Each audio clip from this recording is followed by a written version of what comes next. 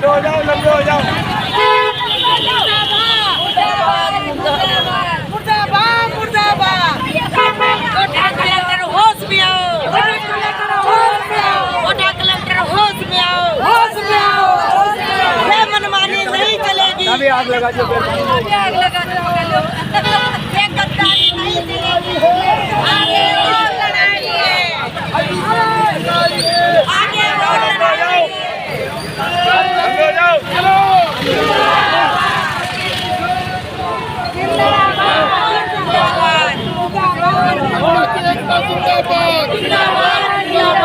विरोधी सरकार मुर्दाबाद, मुर्दाबाद मुर्दाबाद, मजदूर विरोधी सरकार मुर्दाबाद, काले कानून वापस लो, वापस लो, मोदी सरकार होश में आओ, होश में आओ, होश में आओ, काले कानून वापस लो, वापस लो, वापस लो, वापस लो। कानूनों को आग लगाएंगे, लगाएंगे।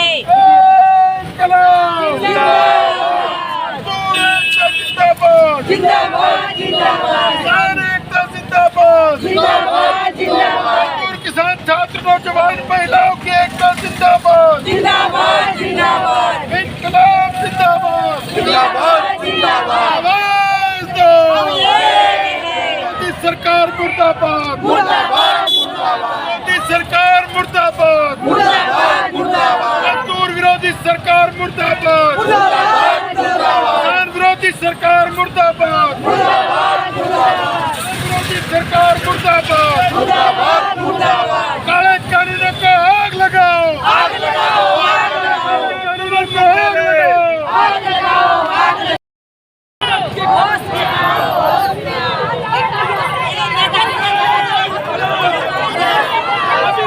बताइए आज किस मामले को लेकर प्रतियां जलाई है, क्या है मामला, और लंबे समय पहले भी प्रतियां जलाई गई, उसको लेकर क्या सरकार पे असर हुआ क्या नहीं हुआ, बताइए सर। ये मोदी सरकार पूरी तरह से कॉरपोरेट के गिरवी रख चुकी है इस देश को। ये सरकार जो सांप्रदायिक सरकार है, ये हिंदू मुस्लिम सिख ईसाई धर्म के नाम पर बांट करके इस देश के मजदूर किसान को बर्बाद करना चाहती है और इस देश की पूरी अर्थव्यवस्था को कंपनियों को देना चाहती है। जो 4 कानूनों की हमने आज प्रतियां जलाई हैं, उन प्रतियों में सबसे मुख्य रूप से आज जो है वो एक मनरेगा कानून है जिसकी हमने प्रतियां काटी है, जिसको जी राम जी का है। आज जी राम जी के नाम पर इस देश के भूखे गरीब लोगों को जो 100 दिन का रोजगार मिलता था, उसको पूरी तरह से भूखे मारने की योजना बनाई गई है। दूसरा जो है, हमने सीड बिल को लेकर के आज जो है उसकी प्रतियां जलाई है।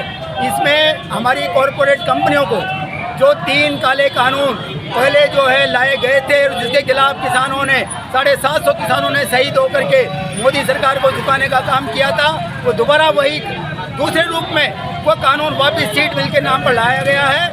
देसी विदेशी कॉरपोरेट कंपनियों को पूरे बीजों पर, पूरे बीज के व्यापार पर, बीज के उत्पादन पर पूरा एकाधिकार देने की योजना है और खेती किसानों को पूरी तरह से कॉरपोरेट के हाथों में सौंपने की तैयारी है।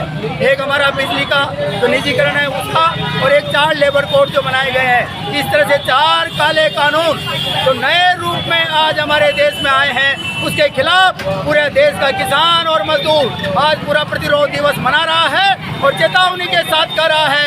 यदि इस तरह से इन नीतियों को नहीं रोका गया, आने वाली 12 फरवरी को पूरे देश के अंदर चक्का जाम होगा।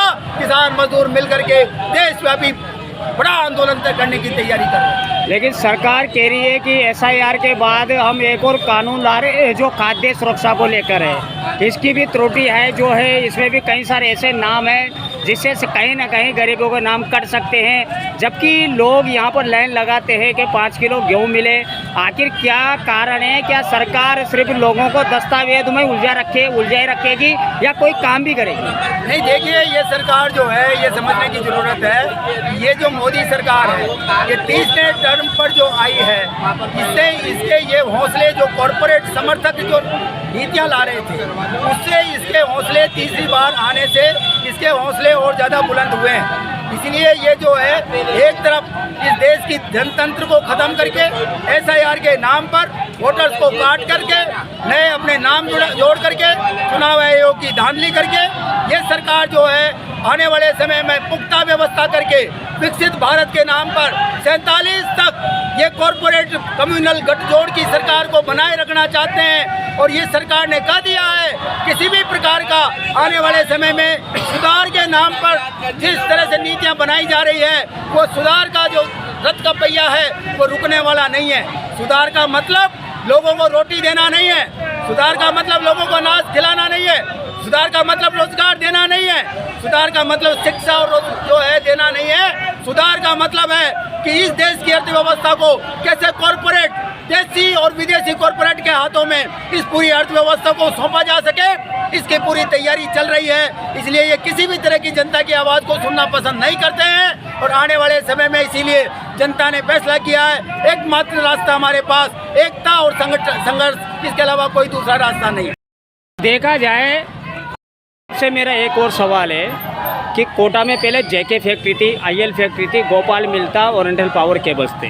कोटा एक उद्योग नगरी के नाम से जाना जाता था। जेके बंद हुई, गोपाल मिल बंद हुआ, ओरिएंटल पावर केबल्स बंद हुई, जेके बंद हुई और आईएल बंद हो गई। उसके बाद कोटा को संभाला कोचिंग संस्थान ने। अब कोचिंग भी धीरे धीरे खत्म हो जाए तो आगे क्या भविष्य है कोटा का? देखिए कोटा में जो है भविष्य सारा का सारा हमारे यहाँ ओम बिरला जी के गिरवी रख दिया, सारा भविष्य उनके गिरफ्त में है, सारा भविष्य उनकी जेब में चला गया है। ये कोचिंग संस्थान को आगे बढ़ाने वाले, प्रोत्साहन देने वाले एलन हो, कैरियर पॉइंट हो और सब हो, यही थे और आज इसको ख़त्म करने वाले भी यही हैं। दरअसल जो है पूरा कारखाने जो आप कर रहे हो, जिसकी बात आप कर रहे हो, उनकी तमाम बंद होने के बाद उनकी ज़मीनें किसके हाथ में जा रही है?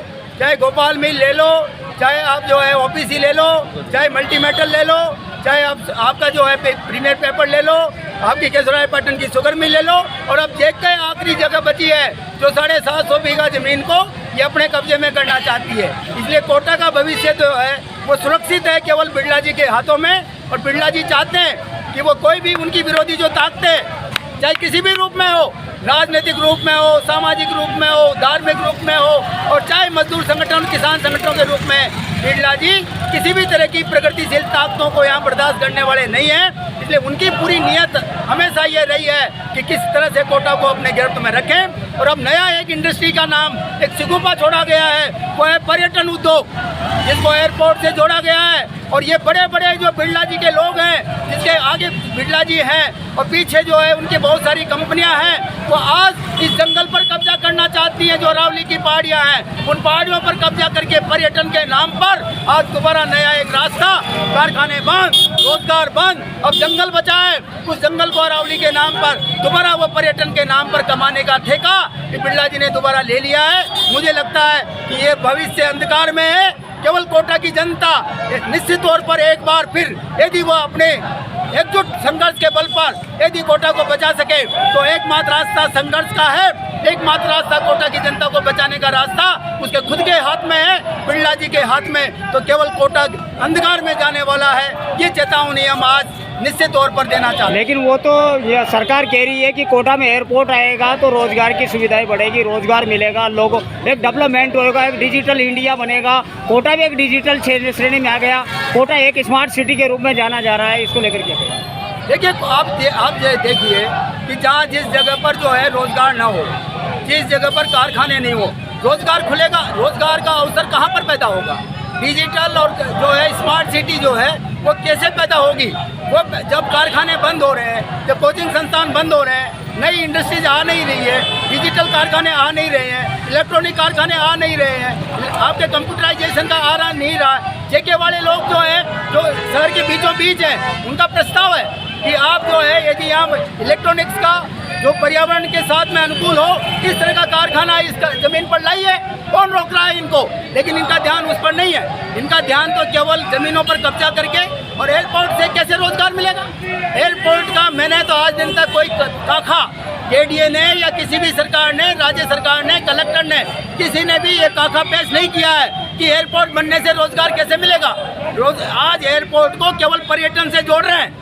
और हमारे दिया कुमारी जी जो पर्यटन के मंत्री हैं, जो राजा महाराजाओं के पुराने सपने, जो पुराने महलों पर दोबारा कब्जा करके और एक नया ख्वाब देखना चाहती है, राजस्थान पर कब्जा करना चाहती है, राजा महाराजा की हवेलियां बनाकर दोबारा। तो मैं समझता हूँ एयरपोर्ट जो है केवल पर्यटन को आगे बढ़ा करके चंद कंपनियों को, होटलों को यहाँ पर ला करके निश्चित तौर पर चंद जो है लोगों को मुनाफा देने की कोशिश कर रहे हैं। इस देश के हाड़ौती के लाखों लाख जो किसान हैं उनको क्या मिलेगा?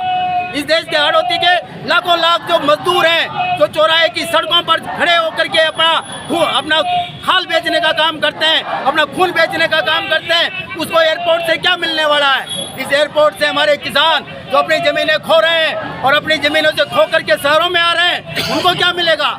हावड़ी रोजड़ी के लोगों को क्या मिलेगा? गावड़ी के लोगों को क्या मिलेगा? जसुपरा की कच्ची बस्ती को क्या मिलेगा? बड़ला की बस्ती को क्या मिलेगा? बताइए, ये बताना चाहिए इनको कि ये पर्यटन एयरपोर्ट से और पर्यटन से इन लोगों को रोजगार मिलने वाला है। चंद लोग फायदा उठाएंगे, निश्चित तौर पर इस देश की, इस इलाके की जनता शोषण का शिकार और ज्यादा होगी। इसलिए एकमात्र मैंने कहा रास्ता लड़ाई का है और कोई रास्ता नहीं। शुभ नाम बताइए। धन्यवाद। दुलीचंद बोरदा।